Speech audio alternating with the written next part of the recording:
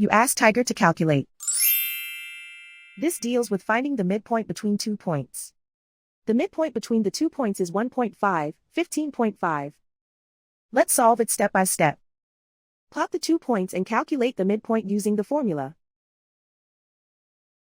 The coordinates of point 1 are, x1 equals -24, y1 equals 3.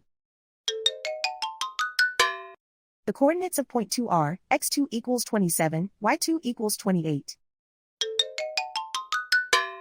PM represents the midpoint of the 2 points.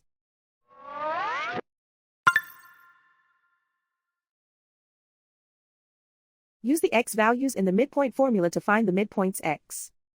x1 equals -24. x2 equals 27. Simplify the arithmetic.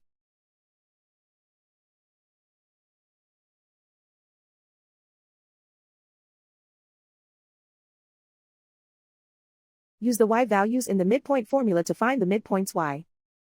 y1 equals 3.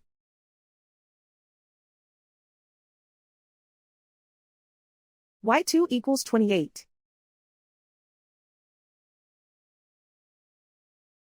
Simplify the arithmetic.